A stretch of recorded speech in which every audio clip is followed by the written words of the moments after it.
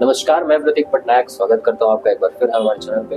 अब चूंकि board exam सामने है तो बच्चों के लिए एक स्पेशल सीरीज लेकर आया हूं और जाहिर सी बात है बच्चों के अलावा ये जो सीरीज है आज सभी के काम आने वाली है। तो हमारे साथ बहुत ही खास गेस्ट जुड़ चुकी हैं और जो परिचय के मोहताज नहीं है, फिर भी मैं अपनी तरफ से परिचय देना चाहूँगा। डॉक्टर रजना पदमवार मैम, जो कि जिला अस्पताल में जो एक मनोरोग चिकित्सक के रूप में कार्यरत है। बहुत ज़्यादा एक्सपर्टीज है उन्हें इस फील्ड की, इसलिए क्योंकि देखा जाता है यूजुअली आजकल के बच्चे बहुत ज़्यादा डिप्रेस रहने लगे हैं। आजकल के बच्चे पढ़ाई को एक प्रेशर की तरह लेते हैं, इसलिए एक स्पेशल सीरीज हम लेकर के आए हैं। मैम, क्योंकि आपका कीमती समय हमने दिया है, सीधे सवालों की तरफ चलते हैं। सबसे पहला सवाल तो यही रहेगा कि जो डिप्रेशन है, ये की टर्म जो है बहुत लोगों के माइंडसेट में मिथ्स के रूप में मौजूद है। बहुत ज़्यादा गलत वे में लेते हैं इसको, पेरेंट्स हो या फिर कोई पर्सनल व्यक्ति भी हो, वो सोचता है कि डिप्रेशन कुछ नहीं होता, ये तो सब कहने की बात है। तो ये क्या है मैम डिप्रेशन? डिप्रेशन को हम आम भाषा में अवसाद बोल सकते हैं। ठीक है, जब व्यक्ति लगातार, जैसे उदास तो हम सभी होते हैं, सिचुएशन के हिसाब से उदास भी होते हैं, खुश भी होते हैं, पर कोई व्यक्ति लंबे समय से उदास है, जिस चीजों से वो प्रसन्न होता था, जो चीजें उसे उत्साहित करती थी, उससे भी वो अब उत्साहित नहीं हो पा रहा है। उसका क्योंकि माइंड लगातार सोच रहा है उदास तरीके से, तो उसकी एनर्जी लेवल भी कम हो जाती है, तो वो बहुत ही थकान या फटीग बोल सकते हैं महसूस करता है। उसका जो नॉर्मल फिजियोलॉजी है, जैसे कि स्लीप है, नींद है और भूख है ना, और जो जैसे सेक्सुअल लाइफ है, ये सब उसका प्रभावित हो जाता है। वो हर एक डिप्रेस फेज में चले जाता है। तो यह चीज जब लंबे समय तक हो जाती है, जो जिस चीज से वो प्रसन्न हो रहा था उससे भी वो प्रसन्न नहीं हो पा रहा है, तो उसे डिप्रेशन कहते हैं। मैम, अभी भी कई ऐसे एरियाज में देखा जाता है, चाहे रूरल हो या अर्बन हो, बहुत ज़्यादा पेरेंट्स हो या फिर कोई पर्सन हो, उसके माइंड में इस चीज़ को लेके आज भी ये लगता है कि डिप्रेशन कोई बीमारी नहीं है। डिप्रेशन बस अपने आप को कवर अप करने लगता है। डिप्रेशन क्या बीमारी है, कैसी बीमारी कह सकते हैं? या डिप्रेशन, जैसे मैंने पहले भी कहा कि उदास रहना स्थिति के हिसाब से ये सामान्य बात है। हम खुश भी होते हैं स्थिति के हिसाब से, खुश भी होते हैं, दुख भी होते हैं, पर हम लगातार एक लंबे समय के लिए उदास हैं, तो वह एक डिप्रेशन जो है वो डिसीज की कैटेगरी में आता है, जो कि माइल्ड मतलब कि थोड़ा कम, फिर मॉडरेट थोड़ा सा ज्यादा, और सीवियर मतलब अत्यधिक मात्रा में। जैसे कि माइल्ड डिप्रेशन में है तो आदमी को हम अगर अच्छी सलाह मिले, उससे अच्छा फैमिली सपोर्ट सिस्टम मिले, तो वह उससे उभर सकता है। और जैसे मॉडरेट या सीवियर लेवल पे है तो उसका मेडिकल ट्रीटमेंट भी लगता है, दवाइयों से 8 से 9 महीने का ट्रीटमेंट लगता है। जनरली क्या होता है, दवा लेने से जब व्यक्ति को ठीक लगने लगता है तो उसे लगता है कि अब मैं पूरी तरीके से ठीक हो गया हूँ, तो वह दवा बंद कर देता है और जो प्रॉपर काउंसलिंग में आना चाहिए वो सेशन भी वो छोड़ देता है। तो उससे फिर जब दोबारा कुछ स्ट्रेस उसकी लाइफ में आता है जिससे वो कोप नहीं कर पाता है ना, मेन तो अगर स्ट्रेस से कोप कर लिया, वो समझ लिया उस चीज को, तो उसे डिप्रेशन नहीं होगा। बट वो लगातार निरंतर प्रयास करने के बाद अगर वो कभी हार मान लेता है तो डिप्रेशन में चले जाता है, और इलाज पूरा नहीं करने पे वो फिर से वही स्थिति में आ जाता है। तो जब भी अगर आप डिप्रेशन से डायग्नोज हुए हैं, डॉक्टर ने आपको बताया कि हाँ आपको डिप्रेशन है, ना कि एक टेम्पररी उदासी है, तो आपको उसका प्रॉपर ट्रीटमेंट कराना है। जो ड्यूरेशन के लिए बोला है डॉक्टर ने, जिस समय अवधि के लिए बोला है, उस अवधि में इलाज कराना है। दवा अपने आप बंद नहीं करना है, डॉक्टर की सलाह से ही दवा को बंद करें। यूजुअली देखा जाता है मैम कि स्ट्रेस की बात कर रहे थे आप, स्ट्रेस से कोप अप करने की बात कर रहे थे, तो आखिर कैसे, मतलब अपने लेवल पे कोई इंसान कैसे इन चीज़ों से बच सकता है? मतलब एक माइल्ड लेवल पे भी ना जाके वो पहले ही कैसे उस चीज़ को कंट्रोल कर सकता है? स्ट्रेस से कैसे बचा जाए? बिल्कुल सही कहा आपने, पहले ही कैसे कवर कर लिया जाए, क्योंकि देखो प्रिवेंशन, बचाव ही जो है वो इलाज है। ठीक है, तो अगर हम डिप्रेशन में जाने से पहले ही उसे समझ लिए, जैसे कि अभी बोर्ड एग्जाम्स है बच्चों के, है ना, अभी या फिर कुछ और ऐसे सिचुएशन है, तो ऑब्वियसली स्ट्रेस होगा, एग्जाम है तो स्ट्रेस होगा ही। तो हमको उससे पहले से ही समझ जाना है, ना कि एग्जाम के एक दिन पहले समझना है। जो ड्यूरेशन है आपका साल भर का रहता है, उसमें धीरे धीरे प्रिपरेशन होती है, बीच बीच में एग्जाम्स भी होती है, तो उसके हिसाब से हमको प्लानिंग करना है ना। प्लानिंग हम सब करते हैं, ऐसा नहीं कि कोई बच्चा प्लान नहीं कर रहा है, अपने अपने हिसाब से सब प्लान करना है। बट प्लानिंग ऐसे करना है जो हम अचीव कर सके, है ना। एक दिन में हम 5-6 चैप्टर्स कर लेंगे सोचेंगे, फिर एक ही चैप्टर हो पाएगा, वो लेंदी है, तो फिर उससे क्या होगा कि हमें फिर से उदासी और घबराहट, है ना, एंजाइटी होगी। तो जो अचीव कर सकते हैं हमें वैसे गोल सेट करना है। ठीक है, उसके बाद जैसे कि हमें टाइम मैनेजमेंट बहुत ज़रूरी है। अभी क्या होता है, हम टाइम मैनेज तो करते हैं but generally media, social media और जैसे मोबाइल का एक्सेसिव यूज़, कई बार हम कुछ अच्छे टॉपिक्स पढ़ते रहते हैं और बीच में हम डिस्ट्रैक्ट होकर दूसरे डायरेक्शन में फ्लो कर जाते हैं। तो हमें अपना जो स्क्रीन टाइम है उसको बैलेंस करना है। इम्पॉर्टेंट चीज़ों के लिए हमें यूट्यूब और चैनल्स का सहारा लेना पड़ता है, पढ़ाई से रिलेटेड भी, बट हमें उसको थोड़ा सा लिमिट करना है और अपने को फोकस करना है कि हम डिस्ट्रैक्ट तो नहीं हो रहे।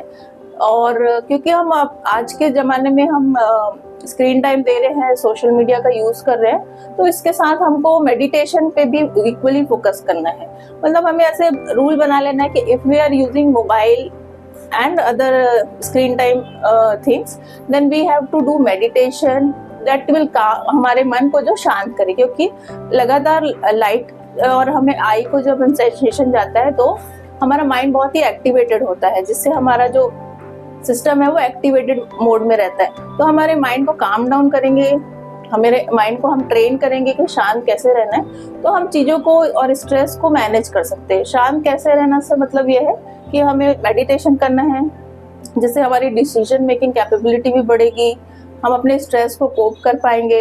एग्ज़ाम है तो ऑब्वियसली स्ट्रेस होगा ही, सिलेबस का लोड रहेगा, तो इसको हमको मैनेज करना सीखना है। मेडिटेशन और स्क्रीन टाइम अगर आपका है तो फिर ये चीज़ें बैलेंस रहेंगी दोनों एक साथ। मैम अगले सवाल की तरफ चलते हैं।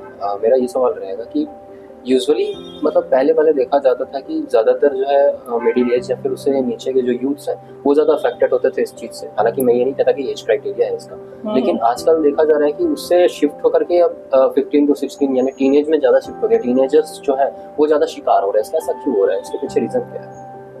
इसका एक तो बहुत बड़ा कारण है जो अचानक से सोशल मतलब जो हमारा मोबाइल एक्सपोजर है बच्चों को, खासकर जो कोविड का पैंडेमिक का टाइम था, बच्चे एक बहुत ही लिमिटेड एटमॉस्फेयर में थे जो उनके लिए सही नहीं था। बच्चा है, एक टीनेज ग्रुप है, एडोलेसेंट ग्रुप है, तो उसको पूरा सोशल एक्सपोजर भी चाहिए, उसको खेल कूद भी चाहिए, है ना, खुल के हंसने का चाहिए उसको।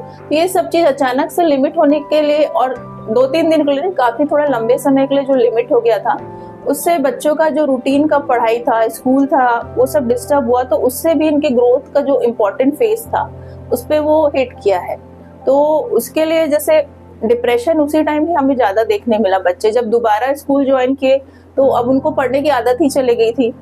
तो उस टाइम जो जिसने टाइम मैनेज कर लिया था, बच्चे जो बराबर अपना रूटीन एक बना के रखे थे, उनका तो इतना प्रॉब्लम नहीं हुआ, बट बहुत सारे बच्चों को इसमें प्रॉब्लम हुआ था। तो ऐसा मान सकते हैं कि स्क्रीन का जो होता है वो कहीं ना कहीं रोल प्ले कर देता है। हाँ, क्योंकि देखिए हम इसे बोलते हैं वेब वर्ल्ड, है ना, मतलब वेब इंटरनेट की दुनिया। हम जब एज अ पेरेंट बच्चों को दिखाते हैं तो एक प्रॉपर एज में कुछ चीज उन्हें एक्सपोज करते हैं, ठीक है, या उस तरीके से समझाया जाता है कि अब तुम्हारा मेंस्ट्रुएशन है, तो उसे उस तरीके से प्रिपेयर करते हैं। बट क्योंकि हम मोबाइल अगर दे दे बच्चे को विदाउट ऑब्जर्विंग कि वो क्या देख रहे हैं, क्या उसका कंटेंट है, तो वो तो समय से काफी पहले ही एक्सपोज हो गए हैं विदाउट नोइंग कि वो क्या चीज है। तो फिर वो अपना खुद का कंक्लूजन निकाल बैठते हैं और उसी चीज को रिपीटली सोचते रहते हैं। और क्योंकि मोबाइल है और बहुत सारे जो सोशल मीडिया, उसमें बहुत सी फैंटेसी रहती है जो बच्चों को रियल लाइफ से काफी दूर कर देती है। और क्योंकि फैंटेसी है तो ऑब्वियसली हम सबको अच्छी लगती है, तो उस वर्ल्ड में कंटिन्यू एक्सपोज रहने से उनको फिर वैसा ही रहना अच्छा लगता है। वापस जब रियलिटी में आते हैं, पढ़ाई से रिलेटेड चीज़ों में आते हैं, तो फिर वो स्ट्रेस आउट हो जाते हैं। वो रियलिटी से बच्चे जितने क्लोज रहेंगे, है ना, स्ट्रेस तो नॉर्मल है, स्ट्रेस के बिना ग्रोथ नहीं हो सकता, ठीक है, तो उसको रियलिटी के ज़्यादा से ज़्यादा हमें करीब रखने की कोशिश करना है। इंडिया में देखा जाता है मैम, सुसाइडल रेट्स जो है एक स्टूडेंट के बहुत ज़्यादा है।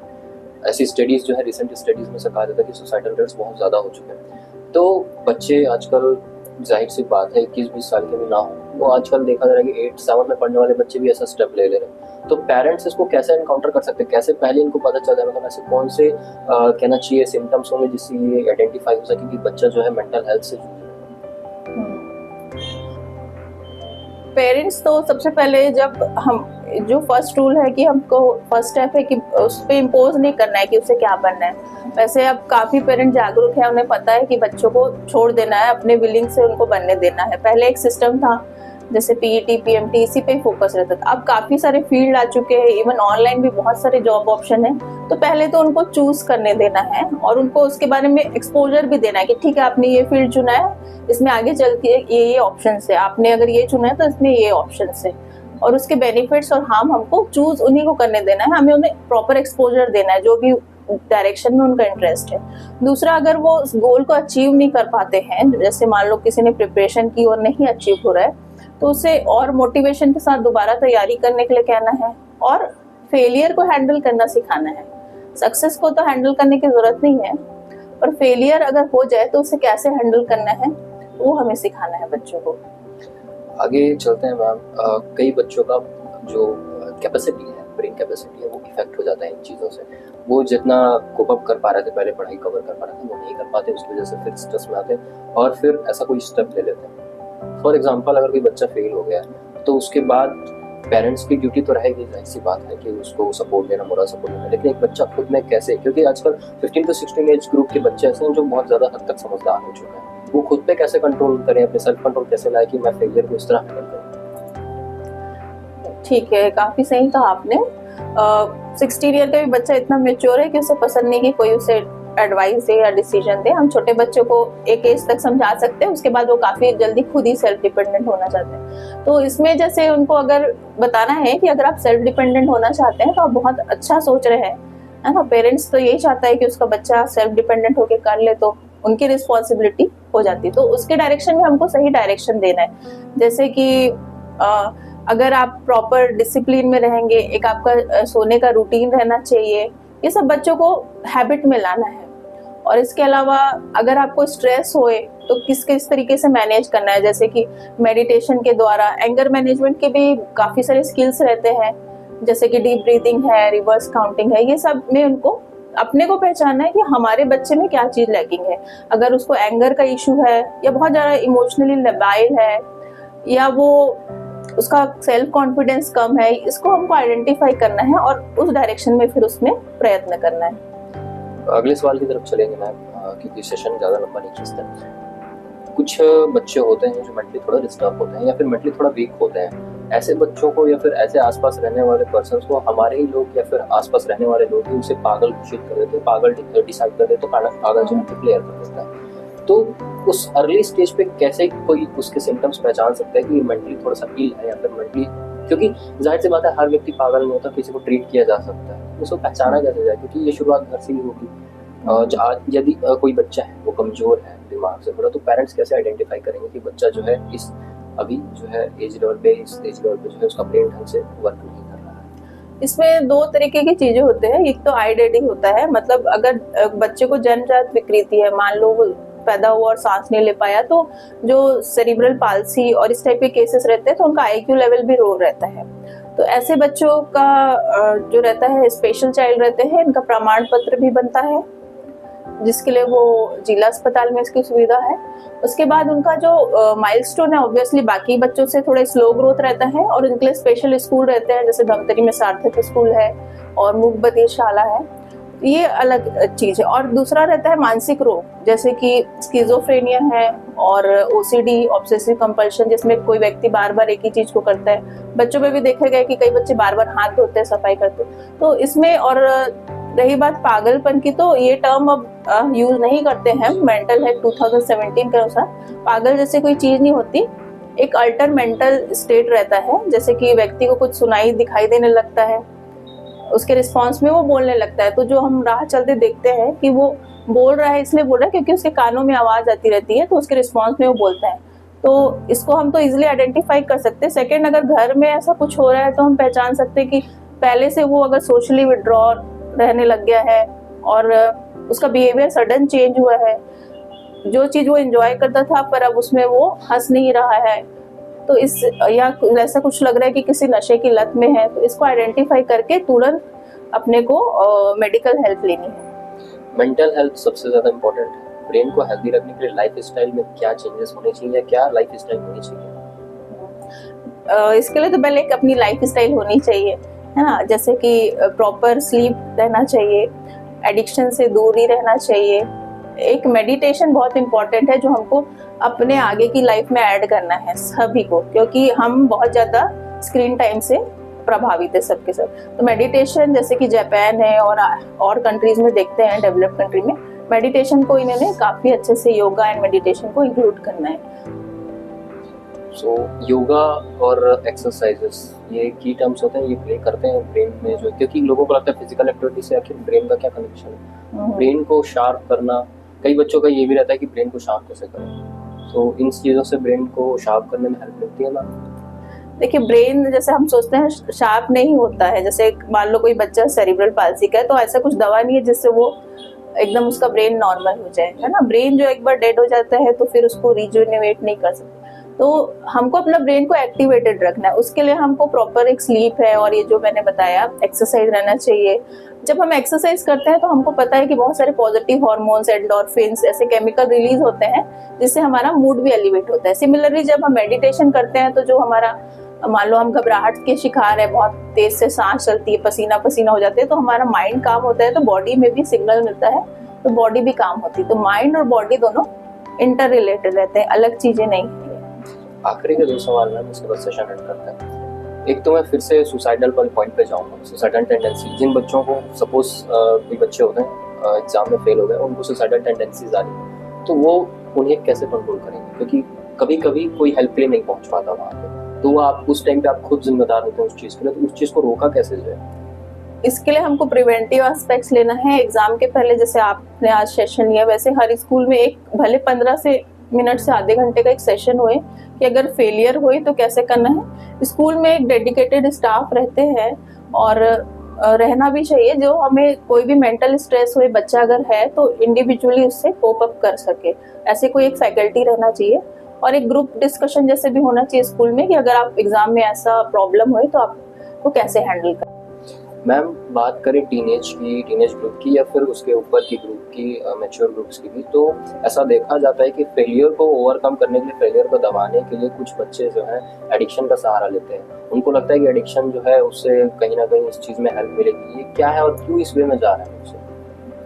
अभी देखिए जैसा आसपास का माहौल है, हम देख रहे हैं कि सॉल्वेंट जो सूंघने वाला नशा है, सूखा नशा बोलते हैं, इवन अल्कोहल और टोबैको के अलग अलग प्रकार, जैसे तंबाकू के रूप में या बीड़ी के रूप में, बच्चों में ये चीज कॉमन पाई जाती है। और खासकर जो स्लम एरिया है हमारा, वहाँ पर पेरेंट्स भी काम पे चले जाते हैं सुबह से शाम तक, और फिर बच्चे घर पे रहते हैं, वापस स्कूल से आके इवन रास्ते में आते जाते स्कूल भी उन लोग कई बार स्किप करके फिर नशा करते रहते हैं एक बार झुंड बना के।